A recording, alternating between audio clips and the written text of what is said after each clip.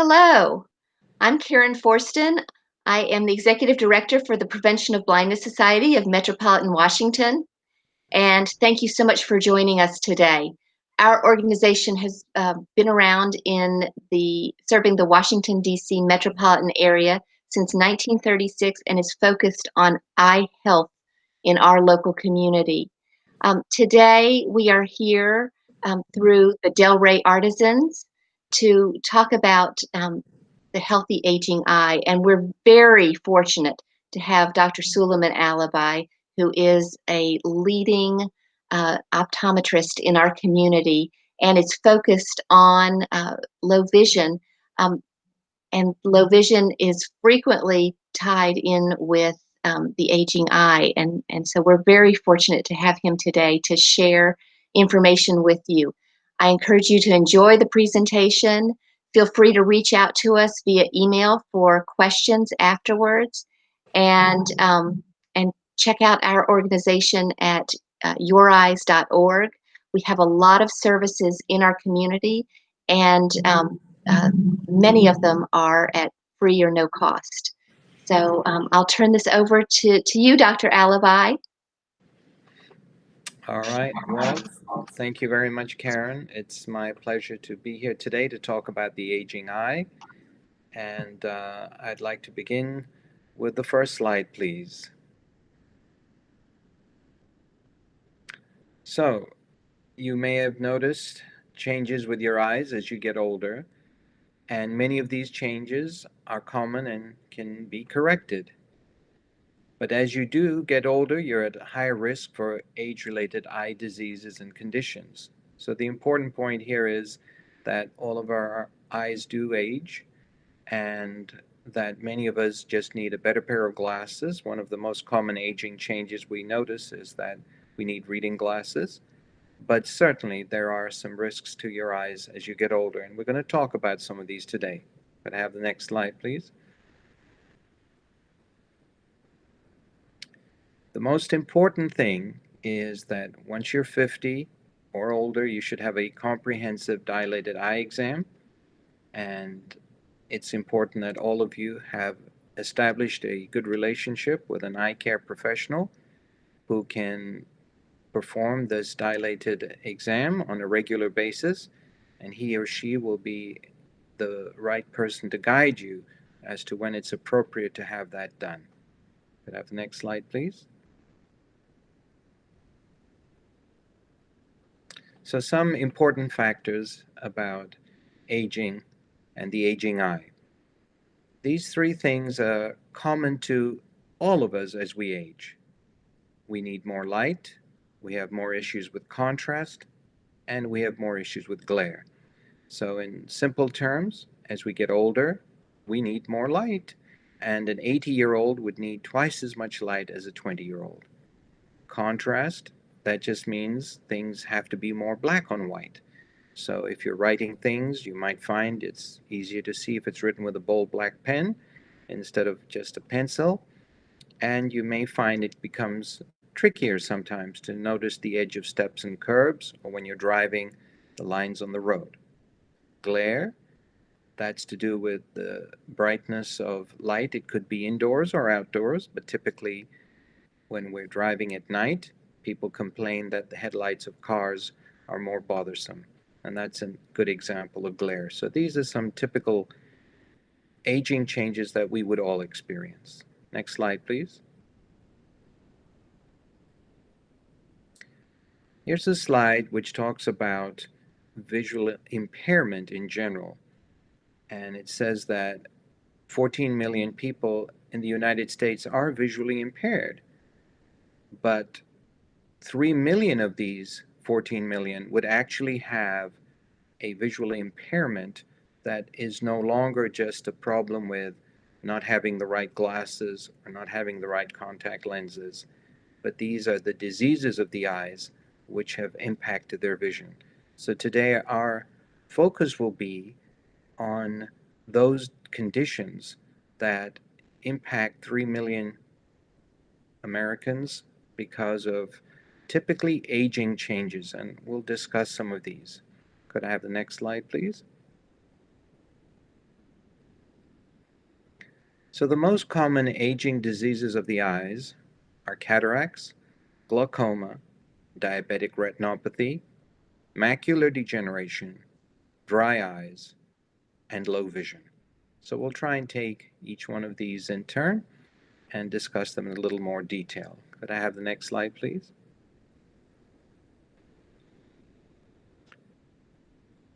The four most common issues that cause blindness, and blindness can be defined not just as not being able to see at all, but in this country we often define legal blindness, which means your vision is on the eye chart no better than 20 over 200. Most of us know that 20/20 is normal vision.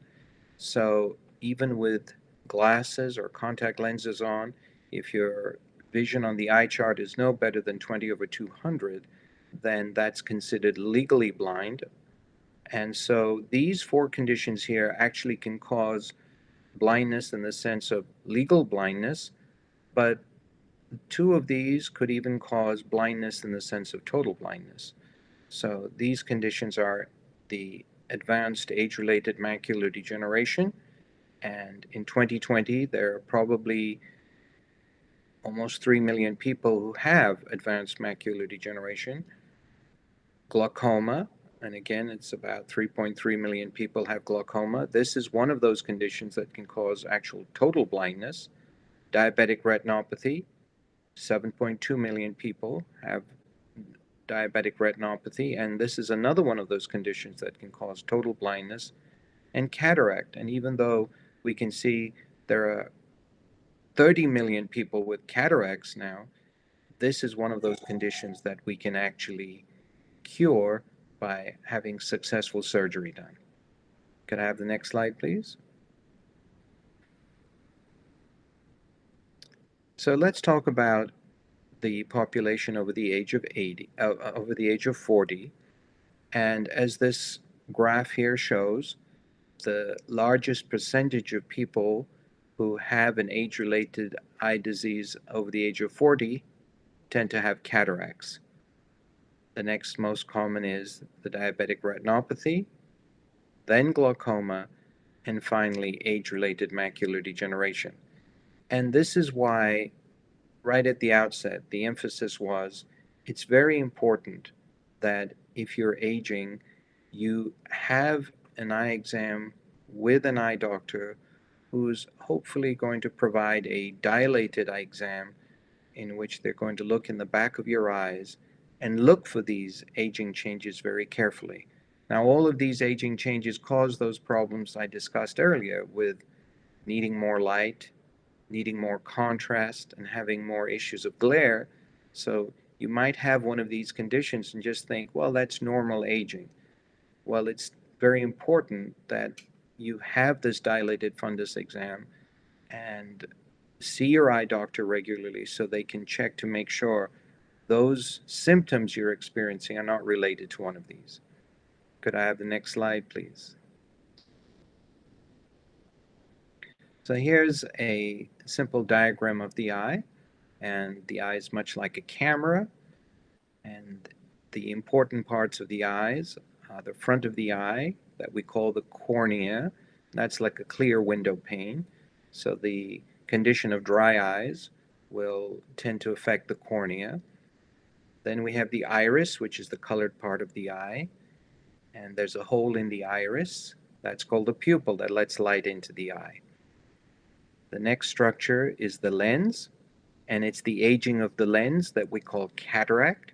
And as I mentioned, nowadays we can cure cataracts. So you can have cataract surgery and that lens can be replaced. And then the lining in the back of the eye is called the retina. And if this was a camera, we would call the retina the film. And this retina, this film, takes a picture, and the picture is sent to your brain along the optic nerve. So the optic nerve is the part of the eye that develops glaucoma, and that's where your doctor will be looking for changes in the eye when you have glaucoma. The retina can develop macular degeneration, and there's one small part of the retina which we call the macula, which is where the best clear, sharp vision is, the vision to read a book, to recognize a face and thread a needle, and that's where you develop macular degeneration. And that's one of those things that will have to be examined by dilating the eyes and looking at that structure very carefully. Thank you. Next slide, please. Here's an actual picture of the retina if you were looking into it through the pupil. Now, you can only see the retina like this when you have a dilated eye, meaning drops have been put in the eyes and your pupil is made larger so you can actually see inside the eye. And the important parts of the eye here are the macula, which is the area right in the center there, and you can see all the blood vessels lead to the macula. And we have the optic nerve, and that's the cable that connects the eye to the brain. So when you're having a dilated eye exam, your doctor's looking at the structure of the blood vessels. If those blood vessels leak, you could have diabetes. Looks at the optic nerve. If the optic nerve is being damaged by pressure, it'll look pale, and that would be glaucoma. And we're looking for changes to the macula. Here you see the macula just looks like a darker area, but when we see some pictures of macular degeneration, you'll see the damage that's done by macular degeneration. Can we have the next slide, please? So the first thing we'll talk about are cataracts. And as I mentioned earlier, cataract is the most common cause of aging eye changes. And we talked about 30 million people today in the United States have cataracts. And cataracts can be in various degrees. Many people think of cataracts ripening, and sometimes patients will talk about my cataracts are not ripe and not ready. And really, we're referring to the lens in the eye turning cloudy or yellow. The more the lens turns yellow and cloudy, the more we talk about a cataract. So this is a photograph of the front of the eye, and the pupil is dilated in this photograph, and you can see this cloudy lens, which we would now call the cataract. Can I have the next slide, please? So who's at risk for getting cataracts? Most of us get cataracts simply because of age, and if we spend a lot of time outdoors, don't wear our sunglasses or don't wear a hat, the UV light tends to speed up the process of forming cataracts. Smoking, people who smoke have a much higher risk of developing cataracts. And diabetes. Diabetes can cause cataracts even in young people. Can I have the next slide, please?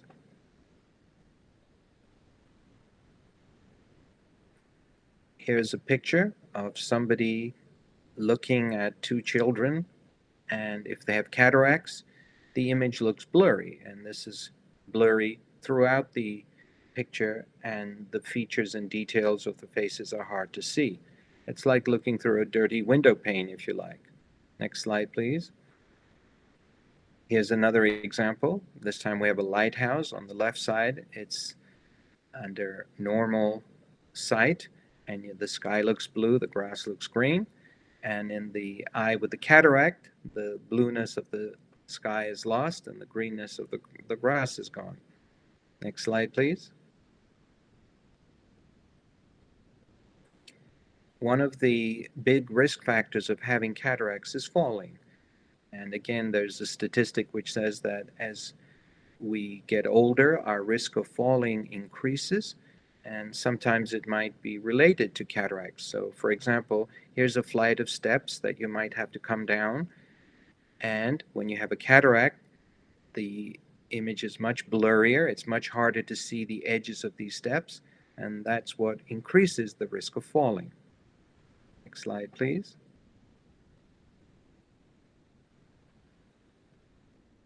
Turning now to glaucoma. So glaucoma is affecting that nerve, that cable in the eye.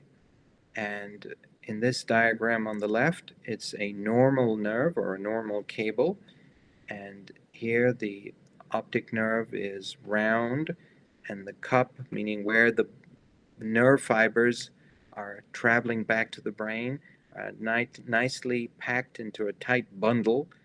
And so we call the whole nerve the disc, and this area of nice tight bundle of nerves going back to the brain, the cup itself. And this cup is a normal size.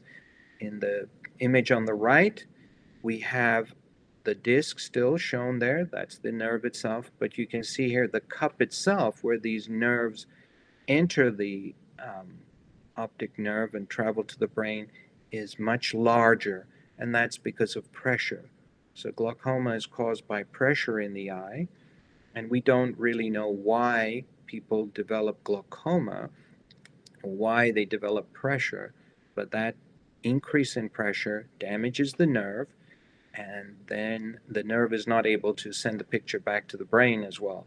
So again, this is something your ophthalmologist, your optometrist is looking for when they dilate your eyes at the normal appearance of the nerve versus the damaged nerve from glaucoma caused by pressure. And for most of you who've had an eye exam, you know you've had your pressure measured. And so it's very important during your routine eye exam to have the optic nerve examined and the pressure in the eye measured to make sure that that pressure is not causing any damage. Next slide, please. Here's an image of somebody who has glaucoma, and glaucoma tends to affect the peripheral vision. And in this picture, you can see the two faces of these children very clearly, but the edges are sort of dark. And the implication here being, as the glaucoma progresses, you get more and more tunnel vision. And as I mentioned very early on, you could go totally blind from glaucoma here because that tunnel could close completely. Next slide. Turning now to diabetic retinopathy. These are images again of the back of the eye, and the image on the left shows the effects of diabetes where we have hemorrhaging and cotton wool spots, and on the right you can see changes on the optic nerve itself known as neovascularization. Now, of course, diabetes is a systemic disease. It's caused by either a genetic propensity for diabetes or perhaps diet, high blood pressure, cholesterol, and diabetic retinopathy is a manifestation of diabetes in the eyes. So the best way to avoid developing diabetic retinopathy is to make sure that if you have those risk factors for diabetes, then you are watching your diet, you're exercising, you're seeing your doctor to have your blood pressure measured, your cholesterol levels measured, and you keep things under control. But if you do develop diabetic retinopathy, then you will require treatments which will be geared to reduce these hemorrhages and changes in the back of the eye so that they don't develop further complications which could eventually cause total blindness. Next slide, please. Here's a very dramatic picture of diabetic retinopathy where you can see the blood vessels have leaked so much there's extensive hemorrhaging. The yellow parts again are these cotton wool spots, and there's swelling in this retina too. So many people with diabetes will say, I've had a dilated eye exam and I've been told I have swelling in my eyes. This is what they're referring to. The swelling is coming from all this leakage of blood and hemorrhaging of blood, and this eye will need to be treated. We don't have a way of replacing the retina, so it's not like having a cataract where I told you earlier that you can replace the cataract. We can fix that problem quite easily. In this case, the retina is not replaceable, and so this diabetes must be brought under control, and the diabetic retinopathy has to be treated. Again, I have to emphasize the most important thing is when you have diabetes is to control the diabetes itself that will prevent this presentation of diabetic retinopathy itself. Next slide, please. Here's an image of that same picture of the two little boys, but now with diabetic retinopathy. And you can see the diabetic retinopathy is impacting all parts of the vision. The peripheral vision shows some of these dark areas, the central vision, and again, there are these blank spots in the center, and there is no clarity to the vision either. So the image is not that sharp and clear. Again, as I mentioned earlier, people with diabetic retinopathy also tend to develop cataracts as well, which is a secondary complication. Next slide, please. So here's the most common cause of aging vision changes. It's called age-related macular degeneration. Next slide. And here's that picture of the eye again, of the retina. In this case, the retina has all these little yellow dots, which are called drusen. And drusen is the first sign of age-related macular degeneration, and this is called dry macular degeneration. The drusen will cause atrophy, and that just means there will be areas of the macula which have parts that are not working and will interfere with the vision, and the drusen can also eventually lead to wet macular degeneration. So this is, again, not something in the early stage you may have symptoms of, but would require a dilated exam for the doctor to look inside to find these changes. Macular degeneration, as far as we know, is affected by, again, those same factors that cause cataracts: exposure to sunlight, smoking, diet, again, plays a big role in macular degeneration as well. We tend to encourage people to eat more leafy green vegetables, to eat more fish, and people with dry macular degeneration even take vitamins, which are antioxidants, to prevent the formation of these drusen. So the dry macular degeneration is treated more, again, with diet, not smoking, protecting one's eyes from the sun, and taking antioxidants. And the wet macular degeneration, which we'll talk about shortly, has to be treated in a slightly different way. Can I have the next slide, please? Here's one of the things that many people who have drusen in their eyes are often given by their eye doctors as a way of tracking their changes to their macula from macular degeneration. And this is called an Amsler grid. It looks like a graph. It should look like the one on the left. And the instructions typically are to look at the dot in the center of the grid and to look for any distortion. People with macular degeneration, and in particular people with wet macular degeneration, will get the type of distortions seen on the right side here, where you can see the lines are no longer straight, and instead of a small black dot, there's a big black dot, which we call a scotoma, and that's what interferes with the central vision, the vision to read, to see faces, and see more detail. Next slide, please. Here's a case of wet macular degeneration. So like I mentioned earlier, this is a more advanced form of macular degeneration, and this area here is from bleeding and hemorrhaging. So in wet macular degeneration, there are actually abnormal blood vessels that form underneath the macula, and they leak and they bleed. And if you don't treat them, they form this scar tissue, and of course it would be very difficult to see through this type of scarring, and that's why the wet macular degeneration is treated with injections to the eye. These injections stop these tiny little blood vessels from leaking and scarring, and most people with wet macular degeneration have to get a series of injections to continue treating these abnormal leaking blood vessels. Again, since we cannot replace the retina or replace the macula, there is no cure for macular degeneration. What we have to do is to try to preserve the functioning of the macula as much as possible and to keep the retina as healthy as possible.